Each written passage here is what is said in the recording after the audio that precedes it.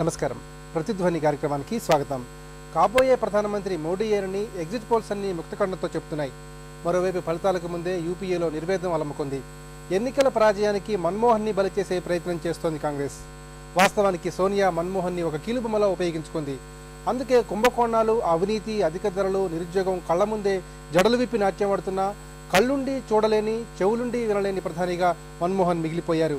Sonia Gandhi రాజ్యాంగేతర super ప్రధానిలా వ్యవహరిస్తున్నా మౌనిలా భరిస్తూ 10 ఏళ్లు పాలించిన మన్మోహన్కి వీడ్కోలు పలుకుతున్న వేళ ప్రతిధ్వని ప్రత్యేక చర్చను చేపట్టింది.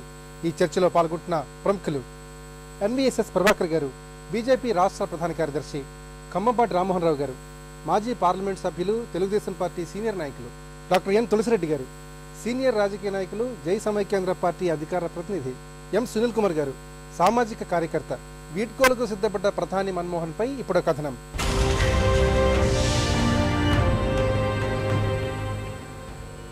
దేశ ప్రజల ముందు మౌనముద్రాలంకృత విషాదమూర్తిగా 10 ఏళ్లు నిలిచిన మన్మోహన్ సింగ్ ప్రధాని పదవికి శనివారం వీడ్కోలు పలకనున్నారు. శుక్రవారం సార్వత్రిక ఎన్నికల ఫలితాలు వెలువడతాయి. బీజేపీ ప్రధాని అభ్యర్థి నరేంద్ర మోడీ ప్రభంజనంతో అధికారం ఎన్డీఏదనని ఎగ్జిట్ పోల్స్ ముందే ఎలుగెత్తి చాటాయి. లోక్సభ ఎన్నికల్లో యూపీఏ ఓటమి అనివార్యమనిపిస్తోంది. మన్మోహన్ను తప్పుబట్టడం ద్వారా యువనేత రాహుల్ గాంధీని రక్షించుకునేందుకు అప్పుడే కాంగ్రెస్ రంగం సిద్ధం చేసింది. యూపీఏ సర్కారు 10 ఏళ్లలో చేపట్టిన వివిధ అభివృద్ధి పథకాలను ప్రజలకు చేరువ చేయడంలో మన్మోహన్ విఫలమయ్యారని పార్లమెంటరీ వ్యవహారాల మంత్రి కమల్నాథ్ విమర్శించడం అందులో భాగమే. నిజానికి కాంగ్రెస్ సారథ్యంలోని యూపీఏ ప్రభుత్వం ఇరుగు పొరుగు దేశాలతో ఏనాడూ సఖ్యంగా మెలగలేకపోయింది. 2005 నుంచి మన దేశంలో సగటున ఏడాదికి 1833 మంది, నెలకు 15 మంది, రోజుకు 5 చొప్పున ఉగ్రవాదానికి బలయ్యారు. దేశాన్ని అప్పుల కుప్పగా మార్చిన ఘనత కాంగ్రెస్ నాయకత్వంలోని యూపీఏ సర్కారుకు దక్కింది. 2013 డిసెంబర్ నాటికి విదేశీ రుణభారం $42,600 కోట్ల చేరింది. వరుస కుంభకోణాలతో జాతి పరువు మంటగలిపిన యూపీఏ హయాం నిర్ణయ రాహిత్యంలో కూరుకుపోయింది. నిత్యావసర వస్తువుల ధరలు చుక్కలను తాకాయి. నిరుద్యోగం జడలు విప్పింది. మన్మోహన్ ప్రభుత్వాన్ని వెనకుండి నడిపిన సోనియా గాంధీ మోయలేనంత అప్రతిష్ట మూటగట్టుకుంది. అసలు ఎన్నికల సమరం ఆరంభానికి చాలా ముందే మరోసారి ప్రధాని పదవిని ఆశించడం లేదని మన్మోహన్ స్పష్టం చేశారు. చేతులు కట్టేసినందువల్లే మన్మోహన్ సరిగ్గా వ్యవహరించలేకపోయారు గాని ఆయన వ్యక్తిత్వం మచ్చలేనిదని అరుణ్ జైట్లీ సోషల్ మీడియాలో తాజాగా వ్యాఖ్యానించారు.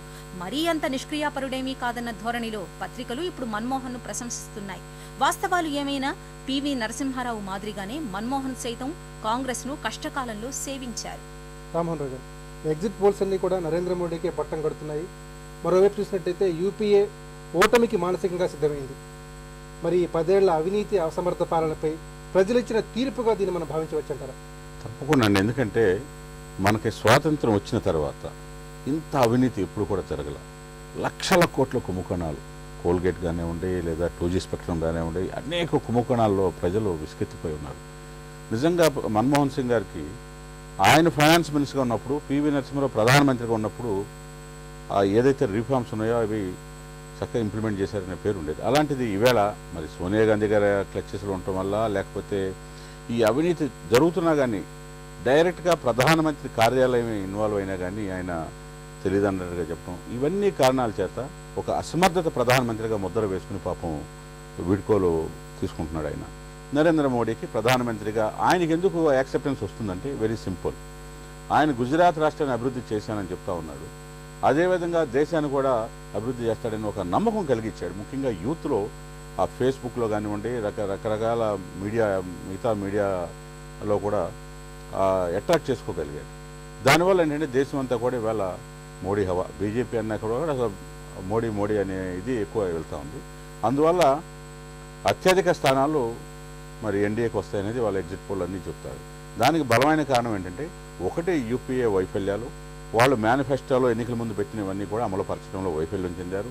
నిత్యావసర వస్తువులు కానివ్వండి, అవినీతి కానివ్వండి, నిరుద్యోగ సమస్య కానివ్వండి, లేదా ఇండస్ట్రియల్ పాలసీ కానివ్వండి, ఏది తీసుకున్నా కానీ కూడా మేనిఫెస్టోలో పొందుపరిచినట్లు 25% కూడా ఇంప్లిమెంట్ చేయాలి. అందువల్ల ఇవన్నీ కూడా రిఫ్లెక్ట్ అవుతాయి. ఇప్పుడు ఈవేళ సామాన్య మానవుడు రోడ్డు మీదకి వెళ్ళి కూరగాయలు కొనుక్కునే పరిస్థితి లేదు అంటే కేంద్ర ప్రభుత్వ పాలసీలే కారణం ఉంటుంది. కాబట్టి ఇన్ఫ్లేషను, ఇవన్నీ కూడా దృష్టిలో పెట్టుకుని ప్రజలు మార్పు కోరుకుంటామన్నారు. ఆర్థికవేత్తగా మన్మోహన్ సింగ్ ఖండాంతర ఖ్యాతిని పొందారు. మరోవైపు చూసినట్టయితే దేశ ప్రధానిగా ఆయన ఆశించిన స్థాయిలో పనిచేయలేకపోయారు. మరి ఈ పరస్పర వైరుధ్యాన్ని ఎట్లా చూడాలి? అదే ఆయన కాంప్రమైజ్ అయ్యాడు. ఆయన ఉద్యోగం కోసమే మన్మోహన్ సింగ్ నేను ఆర్థికవేత్తని దాని ప్రిన్సిపల్స్ ఉన్నాను అని అంటే ఈ అవినీతి జరగకుండా కాపాడాలి, చూసి ఉండాల్సింది.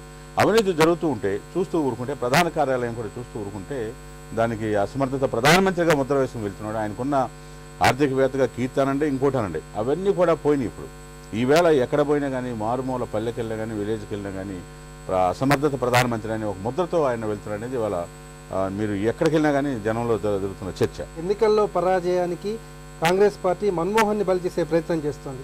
మరి ఈ పరిస్థితిని ఎట్లా చూడాలంటారు? అంటే మన్మోహన్ సింగ్ బలి చేయటం కాంగ్రెస్ పార్టీ కూడా భాగస్వాములు దీంతో పాటు. ఎందుకంటే అల్టిమేట్గా మన్మోహన్ సింగ్ ఇండివిజువల్గా కాదు కదా, కాంగ్రెస్ వ్యక్తిగానే ఆయన రాజ్యసభకు ఎన్నికయ్యాడు, కాంగ్రెస్ పార్టీలో ఉన్నాడు. ఆయన ప్రధానమంత్రిగా తీసుకున్నారు. పార్టీ ప్రధానమంత్రి ఇద్దరూ కూడా పూర్తిగా కూడా ఈవేళ ప్రజలు వాళ్ళకు వ్యతిరేకంగా ఉన్నారు. వెనక నుంచి సోనియా గాంధీ గారు నడపడం వల్ల, లేకపోతే అనేక కారణాల వల్ల, లేకపోతే యూపీఏ మిగతా భాగస్వాముల వల్ల అవ్వచ్చు. కారణం ఏదన్నా కానీ అసమర్థత పరిపాలన, అవినీతి అరికట్టడంలో వైఫల్యం చెందాడు. ప్రధానమంత్రిగా తనకున్న ఇండివిజువల్ ఇమేజ్ని కూడా దీనికి ప్రాణంగా పెట్టారనేది మనకు అర్థమవుతుంది. ప్రభాకర్ గారు, కుంభకోణాలు, అవినీతి, అధిక ధరలు, నిరుద్యోగం ఈ అంశాలే యూపీఏ పతనానికి ప్రధానంగా దారితీయబోతున్నాయా, లేక నరేంద్ర మోడీ ప్రపంచాన్ని యూపీఏ తట్టుకోలేకపోతుందంటారు? రెండూ ఉన్నాయి దీంట్లో.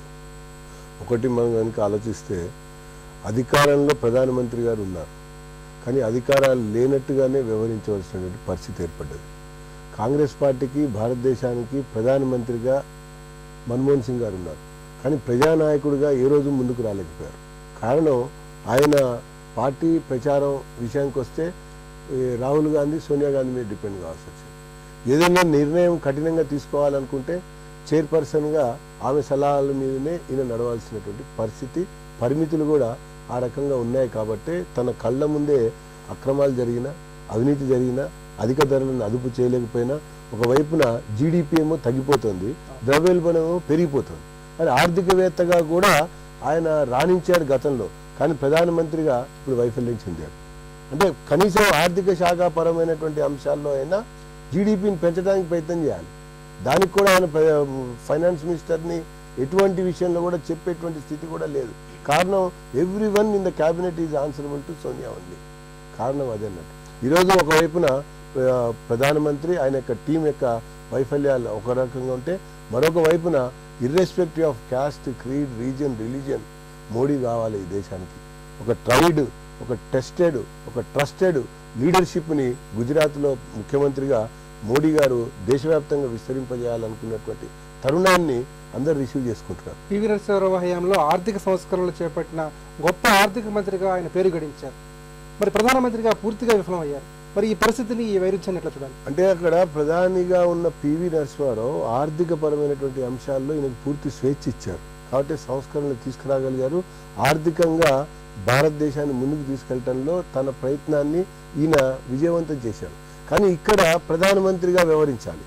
తన కళ్ళ ముందే జీడిపి పడిపోతూ ఉంటే, ద్రవ్యోల్బణం పెరిగిపోతూ ఉంటే, మరి నిష్క్రయమైనటువంటి ఒక వ్యక్తిగా ఆయన మిగిలిపోయాడు. కారణం చిదంబరంని ఏమనలేడు, ప్రణబ్ ముఖర్జీని ప్రశ్నించలేడు. ఈరోజు కుంభకోణాల్లో కూరుకుపోయాడు, అధిక ధరలో కూరుకుపోయాడు. తన సహచర మంత్రుల యొక్క అవినీతిలో తనకు కూడా ఆపాదించేటువంటి పరిస్థితి తీసుకురావడంతో పాటు కూడా ఆయన కూరుకుపోయినటువంటి సందర్భాలు కనబడతాయి మనకి ప్రతి సందర్భంలో, ప్రతి ఒక్క నిర్ణయంలో, ప్రతి ఒక్క విధానపరమైనటువంటి అంశంలో. కాబట్టి ఈ యొక్క ప్రధానమంత్రిని వాళ్ళు ఒక రకంగా ఇప్పుడు సోనియా ప్రత్యేక సమావేశం పెట్టి ప్రధానిని సమర్థించండి, ప్రధాని వెంట మేము ఉన్నామని చెప్పండి అని ఎందుకంటున్నారు? ఈరోజు ఒకవైపున రాహుల్ యొక్క వైఫల్యం కనబడింది, సోనియా యొక్క చరిష్మా పనిచేయలేదని అర్థమైంది. ఈ నేపథ్యంలో ఇక్కడ కలెక్టివ్గా మనం ఉన్నాము అని చెప్పడానికి వీళ్ళు ప్రయత్నం చేస్తున్నా కూడా ప్రజలకు చాలా స్పష్టంగా అర్థమైంది. ఇది ముమ్మాటికి సోనియా, రాహుల్ యొక్క వైఫల్యం, మరి అసమర్థుడిగా ప్రధాని మిగిలిపోవటమే కారణం అనేది స్పష్టంగా మనకు అర్థమైంది. తులసిరెడ్డి గారు, గత ఎన్నికల్లో కాంగ్రెస్ పార్టీ 206 స్థానాలు సాధించింది. కనీసం ఈ ఎన్నికల్లో 100 స్థానాలు దక్కవచ్చని సర్వేలు చెబుతున్నాయి. మరి కాంగ్రెస్ పార్టీ ఎంతగా దిగజారిపోవడానికి ప్రధానంగా కారణాలు ఏమిటి? ఆల్రెడీ యూపీఏ వచ్చేసి 2 టర్మ్స్ 10 ఏళ్ళు ఉన్నది కాబట్టి న్యాచురల్గా కొంత మార్పు కోరడం అనేది ఓటరు మనస్తత్వం. దానికి ఆల్టర్నేటివ్ లేకుంటే మళ్ళా దీనే తీసుకుంటాడు. ఆల్టర్నేటివ్ ఉన్నప్పుడు సరే ఒకసారి చూద్దాం, ఏగిలి మారుద్దాం, పంట మారుద్దాం అనేది ఒక ప్రధానమైన కారణం అనేది. రెండవది, కాంగ్రెస్ స్వయంకృతాపరాలు ప్రధానంగా ఏపీలో యూపీలో ఈ రెండు ప్రధానంగా రేపు నిర్ణయించేది. మిగతా అన్ని రాష్ట్రాలు అవి పెద్ద ఎఫెక్ట్ కాదు. 80 సీట్లు ఉండే యూపీ, ఇక్కడ 42 సీట్లు ఉండే ఏపీ కాడ లాస్ట్ టైము మొత్తం అన్ని స్టేట్స్ కంటే నంబర్ 1 పొజిషన్లో ఉండింది. 33 సీట్లు ఇచ్చిన రాష్ట్రంలో వాళ్ళ స్వయంకృత అపరాధం, అది వచ్చేసి వేరే వాళ్ళ తప్పు కాదు. యూపీలో లాస్ట్ టైం ఎన్ని వచ్చినాయి? 21 సీట్లు వచ్చినాయి. బీజేపీకి వచ్చింది 10 సీట్లే. ఆ 21 సీట్ల నుండి ఇంప్రూవ్ చేసుకోవాల్సింది పోయి అక్కడ కేంద్రంలో సంకీర్ణ ప్రభుత్వం కాబట్టి దాన్ని కాపాడుకునే దానికోసం యూపీలో ఉండే అటు మాయావతినో ఎస్పీనో వాళ్ళను అప్పీల్ చేసుకునే దానికోసం కొన్ని సందర్భాల్లో ఆడ అగ్రెసివ్గా పోలేకపోయారు.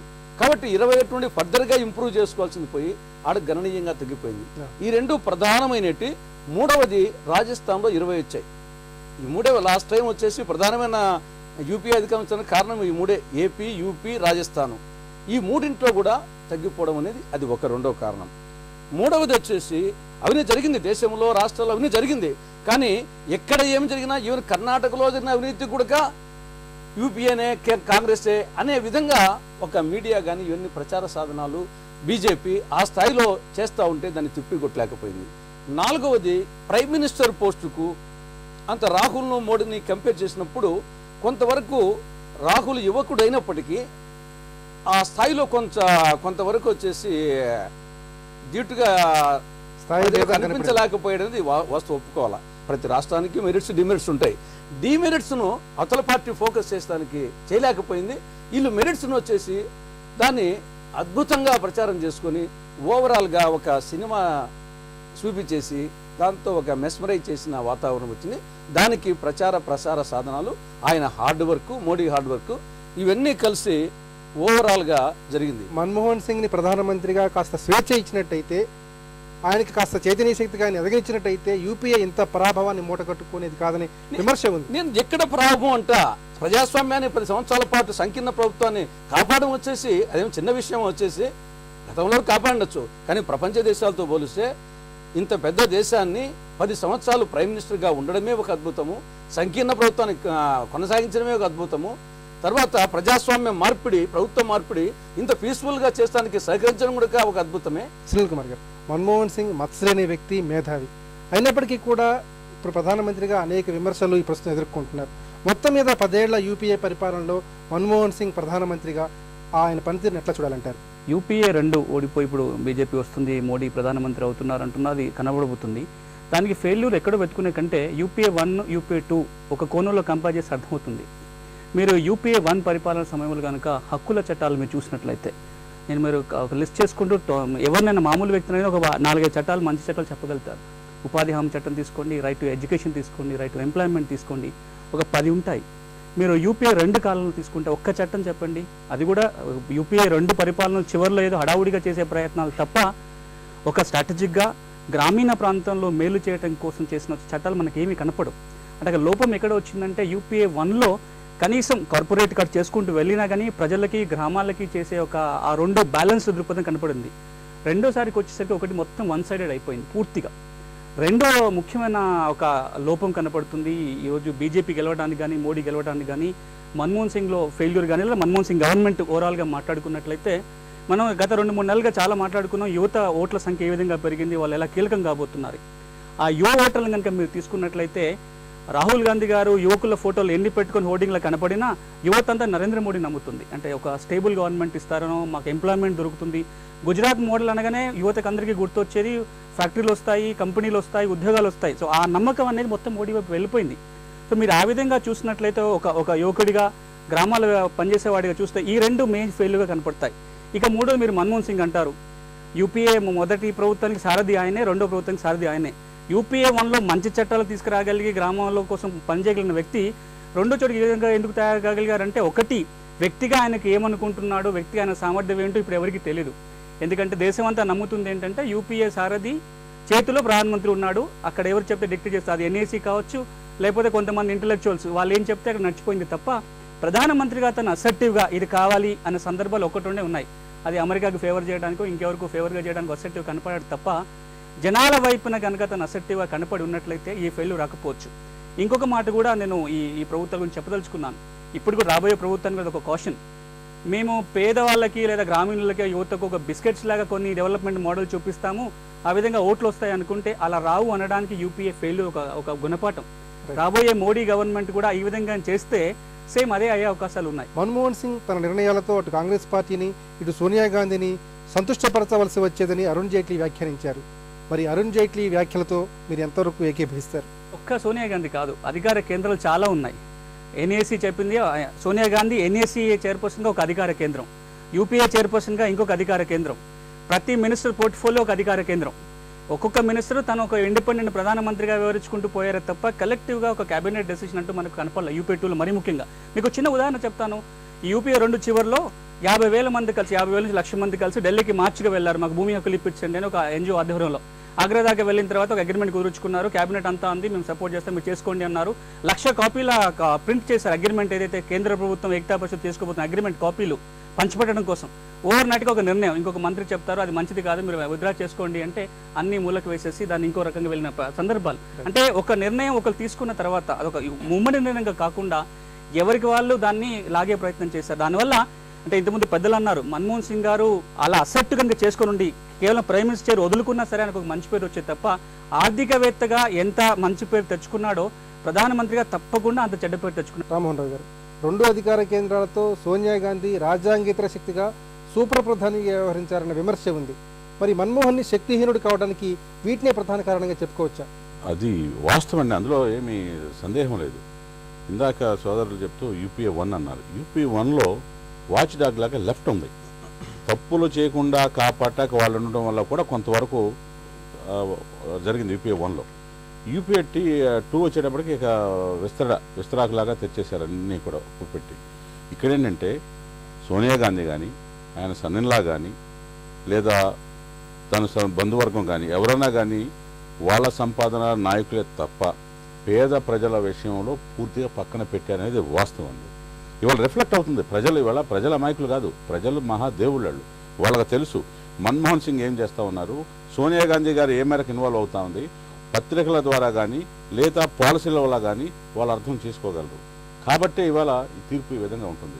మీకు ఇంతకుముందు కూడా చెప్పినట్టుగా ఇన్ని కోట్ల కుంభకోణాలు, ఆఫ్టర్ ఆల్ బోఫోర్స్ కుంభకోణం 77 crores ఎంత ఉండేది, 102 మంది పార్లమెంట్ సభ్యులు రాజీనామా చేపించాడు ఆ రోజు ఎన్టీ రామారావు గారు స్కామ్ ద్వారా. సో అలాంటిది ఇవాళ లక్షల కోట్లంటే అసలు ఎటుపోతుంది. నల్లధన వెనక్కి తీసుకొస్తా ఉన్నారు, తీసుకొచ్చారా? లేదు. అదేవిధంగా చెప్పిన వాగ్దానాలు ఈ వేటి మీద కూడా దృష్టి సారించాలి. వాళ్ళకి ఎంతసేపు కూడా కుటుంబం మేనేజ్మెంటు లేదా వడేరా ఎవరో సోనియా ప్రియాంక హస్బెండ్ వాళ్ళ ఆస్తులు, మీరు అది తీసుకోండి ఆయన ఆస్తులు, రాబర్ట్ వడేరా ఇంతకుముందు ఎంత ఆస్తులు ఉన్నాయి, ఇప్పుడు ఎంత ఆస్తులు ఉన్నాయి ఒకసారి ఎంక్వైరీ చేయమనంటే తెలిపోతుంది. సో కాబట్టి ఈ ఆస్తులన్నీ కూడా మీరు నిజంగా కష్టపడి వ్యాపారం చేసుకుంటే ఎవడో తప్పు పట్టడు. కానీ అక్రమంగా అధికారాన్ని అడ్డు పెట్టుకుని సంపాదించుకున్నారు కాబట్టి ఇవాళ ఈ దుస్థితి వచ్చింది దేశానికి. అదేవిధంగా మన రాష్ట్రానికి కూడా, ఈ రాష్ట్రానికి కూడా అదే పరిస్థితి. ఈవేళ రాష్ట్రంలో పరిపాలన కాంగ్రెస్ ప్రభుత్వం కూడా పూర్తిగా వైఫల్యం చెందింది కాబట్టి ఈవేళ ఫలితాలు తెలుగుదేశం ప్రజలు చూస్తూ ఉన్నారు. కాబట్టి దేశానికి కావాల్సింది కులాలకు అతీతంగా ప్రాంతాలకు అతీతంగా ప్రజలకు కావాల్సింది సంక్షేమం, కానీ నాయకుల సంక్షేమం కాదు. యూపీఏ 2లో ముఖ్యంగా జరిగింది నాయకుల సంక్షేమం మాత్రమే. అక్కడ రాజా కానివ్వండి లేదా ఇంకోళ్ళు కానివ్వండి లేదా కల్మాడి కానివ్వండి లేదా ఏది తీసుకున్నా కానీ, ఏ స్కామ్ తీసుకున్నా కానీ స్కాముల పుట్ట. కాబట్టి ఇప్పటికి కూడా ఇంకా ఎంక్వైరీ నడుస్తుంది. ఇప్పటికే మేము డిమాండ్ చేస్తాం, నరేంద్ర మోడీ గారు ప్రధానమంత్రి అయిన తర్వాత వీటన్నిటి మీద ఎంక్వైరీ వేయాలా. పేదలకు చెందాల్సింది మళ్ళీ అది వెనక్కి రాబడితేనే ప్రజలు కూడా ఆయన రేపు క్షమిస్తారు. అదేవిధంగా నల్లధనాన్ని కూడా వెనక్కి తీసుకొస్తా అన్నారు, అది కూడా తీసుకురావాల్సిన బాధ్యత ఉంది. అదేవిధంగా యువతను ఆదుకుంటా అన్నారు, ఏ విధంగా ఆదుకోబోతున్నారో కూడా చెప్పాలి. ఎందుకంటే ఎక్స్పెక్టేషన్స్ ఎవరైతే ఉన్నారో, మోడీ నామస్మరణ జపిస్తున్నారో యువతంతా కూడా వాళ్ళ హై ఎక్స్పెక్టేషన్స్ ఉంటారు.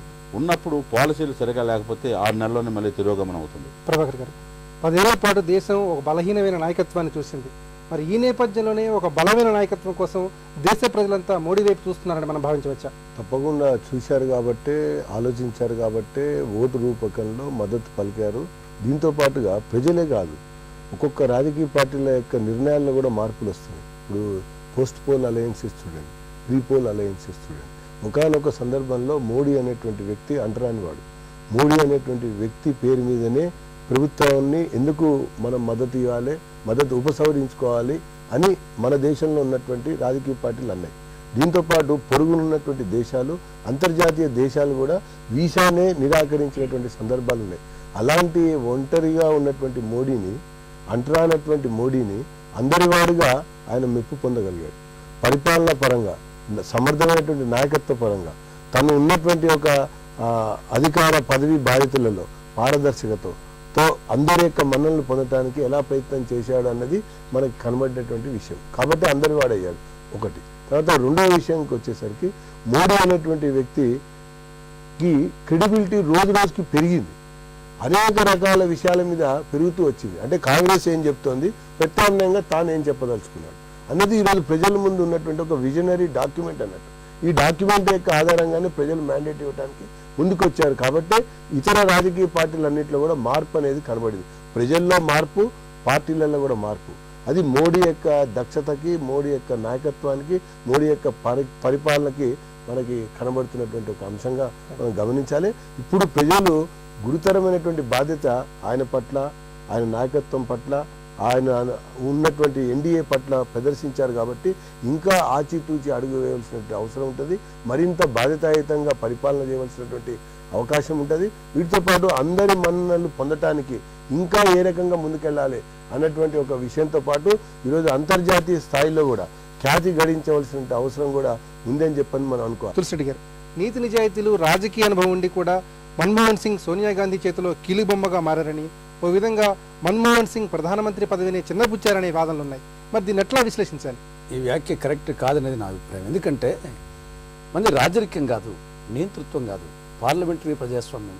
పార్లమెంటరీ ప్రజాస్వామ్యంలో పొలిటికల్ పార్టీస్ వచ్చేసి మేనిఫెస్టోలు ఇచ్చాయి. ప్రైమ్ మినిస్టర్ మేనిఫెస్టో ఉండదు. Congress manifesto, BJP manifesto, TDP manifesto ఉంటుంది తప్ప పీఎం మేనిఫెస్టో, సీఎం మేనిఫెస్టో ఉండదు. కాబట్టి ఉన్న పార్లమెంటరీ డెమోక్రసీలో ఒక మేనిఫెస్టో పార్టీ పరంగా ఇస్తారు. దాన్ని రాజకీయ పార్టీల పరంగా అధికారంకి వస్తుంది. వచ్చినప్పుడు ఒక ప్రైమ్ మినిస్టర్ వస్తారు. అందులో ఇక్కడ సంకీర్ణ ప్రభుత్వము. న్యాచురల్గా పార్టీల మేనిఫెస్టోను ఇంప్లిమెంట్ చేయాలి. కానీ ప్రైమ్ మినిస్టర్ వచ్చేసి ఆయన సొంతంగా ఆ ప్లేస్లో ఎవరినా తీసుకోకూడదు అంటాను. వచ్చేసి పార్టీ సుప్రీం పార్లమెంటరీ డెమోక్రసీలో పార్టీలు వాళ్ళ సింగిల్ పార్టీ ఉంటే సింగిల్ పార్టీ ఆ మేనిఫెస్టో అధిష్టాన వర్గము. ఇక్కడ సంకీర్ణ ప్రభుత్వం కాబట్టి అందరినీ కలుపుకొని పోవాలా. కాబట్టి ఆ ప్లేస్లో ఎవరున్నా కానీ ధిక్కరిస్తారు. పార్టీని ధిక్కరించడానికి పార్టీ సిస్టమ్ ఎందుకు? సోనియా గాంధీ కానీ, రాహుల్ గాంధీ కానీ మన్మోహన్ సింగ్ ని ఏ విధంగా ప్రభావితం చేయలేదంటారా? ప్రభావితం చేస్తారు. ఎందుకంటే పార్టీ మేనిఫెస్టో ఇంప్లిమెంట్ చేయడానికి బాగుంటుంది కానీ దాన్ని చెప్పిండొచ్చు. అంత మాత్రం చేత వచ్చేసి ప్రభావితం అదని ఇంకా ఎందుకు ఉండేది? వచ్చేసి ఇంకా పార్లమెంటరీ ఒక పార్టీ ఉండేది ఎందుకు? ఇంకా పార్టీ అధ్యక్షుడు ఉండేది ఎందుకు? ఇప్పుడు మనటి వరకు శివసేనకు బాల్ ఠాకరే ఆయన ఎమ్మెల్యే కాదు, ఎమ్మెల్సీ కాదు, ఏం కాదు. కానీ వచ్చేసి మొత్తం పార్టీలో సీఎంలు కానీ, మిగతా మంత్రులు కానీ, ఎవరైనా కానీ అధ్యక్షునికి విలువ ఎవరా? కాబట్టి అది చాలా ఎదురున్న అధికార కేంద్రాలు, సోనియా గాంధీ చేతిలో కీలుబొమ్మ అనేది కరెక్ట్ కాదంట నేను వచ్చేసి. కానీ వాళ్ళు మేనిఫెస్టోలో అవినీతి కూడా పెట్టారా? ఇంత అవినీతి జరుగుతుంటే చూస్తూ ఊరుకుంటే ప్రధానమంత్రి పోస్ట్ ఎందుకు? ఆయన పీఎంఓలో నాకు తెలియదు అన్నాడు. ఫైల్ పోతే ఎలా చెప్తాడు? పీఎంఓ ఎట్లా ఉంటుంది? ఆయన తెలియకుండా సంతకం పెడతారా? కొన్ని ఆర్డినెన్స్లు కూడా చివరి క్షణంలో వెనక్కి తీసుకున్నారు. ఇవన్నీ కూడా ప్రజలకు వెళ్ళాయి. సునీల్ కుమార్ గారు, ప్రధాని మాజీ మీడియా సలహాదారు సంజయ్ బరో రాసిన యాక్సిడెంటల్ ప్రైమ్ మినిస్టర్, అలాగే పీసీ పరేఖ్ రాసిన క్రూసేడర్ ఆర్ కాన్స్పిరేటర్ అనే పుస్తకాలు మన్మోహన్ సింగ్ ప్రతిష్టను మరింత దిగజార్చాయని భావించవచ్చా? అంటే తప్పకుండా దాంట్లో అనుమానం లేదు. అంటే ఇప్పుడు పెద్దలు మాట్లాడుతూ ఒక మాట అన్నారు. అంటే ప్రైమ్ మినిస్టర్గా ఒక డెమోక్రటిక్ కంట్రీలో పార్టీ నిర్ణయాలు, పార్లమెంట్ అందరూ నిర్ణయాలు వినాలి. కానీ ఇక్కడ సమస్యల్లో ఎక్కడ వచ్చిందంటే నా దృక్పథంలో ఒక ప్రైమ్ మినిస్టర్గా తనకున్న అధికారులను తను ఎక్సర్సైజ్ చేయడంలో కూడా వేరే వాళ్ళ మీద ఆధారపడ్డారు. అక్కడ సమస్య వచ్చింది. అంటే తనకు సొంతగా ఏవైతే డిస్క్రిటరీ పవర్స్ ఉంటాయో, తన ప్రధానమంత్రిగా ఏవైతే చేయాలో, ప్రధానమంత్రిగా తను చేయాల్సిన పనులు కూడా వేరే వాళ్ళు డిక్టేట్ చేశారు అనేది సమాజం అనుకుంటుంది. దాన్ని ఎంతవరకు నిజం అనేది వీళ్ళందరూ బయటపడుతున్నారు. ఇప్పుడు ఈ గ్రంథాలు వచ్చిన కొద్దీ ప్రజా బాహుల్యంలో ఏవైతే ఉన్నాయో చర్చ అది బలం అవుతుంది. అంటే మేము ఏదైతే చెప్తాం అనుకుంటున్నామో అదే నిజంగా కనపడుతుంది. సో అక్కడ వీక్నెస్ ఎక్కడ వచ్చిందంటే మంచి పనులు చేసినా, చెడ్డ పనులు చేసినా ప్రధానమంత్రిగా తన అధికారులను తాను సొంతగా నిర్ణయాలు తీసుకొని కనుక ఎగ్జిక్యూట్ చేస్తుంటే బలహీనమైన ప్రధాన ఒక ముద్ర వచ్చేది కాదు. రెండోది యూపీఏ 1, యూపీఏ 2 పోల్చుకుంటే ఇప్పటికీ కూడా సమాజానికి చాలా దూరం అయ్యారు. అందులో ప్రైమ్ మినిస్టర్కి ఆ చెడ్డ పేరు వచ్చింది. మూడోది కాంగ్రెస్ ప్రభుత్వం కూడా ఎప్పుడు కూడా ఓడిపోయినప్పుడు ఒక స్కేప్ బోర్డ్ వెతుక్కుంటారు. అందులో భాగంగానే ఆ ప్రైమ్ మినిస్టర్ కూడా ఆ విధంగా చూస్తున్నారని మనం చెప్పలేము. సో అందుకోసమనే ఆయనకు ఒక వీక్ ప్రైమ్ మినిస్టర్ ముద్ర వచ్చింది. వరుస కుంభకోణాలతో జాతి పరువు తీసిన 10 ఏళ్ల యూపీఏ సర్కారు కథ ఇక ముగిసినట్టే. మోడీ నాయకత్వంలో భారత్ మళ్లీ అభివృద్ధి పదం అందుకుంటుందన్న భావనను నిపుణులు వ్యక్తం చేస్తున్నారు. ఇది నేటి ప్రతిధ్వని. నమస్కారం.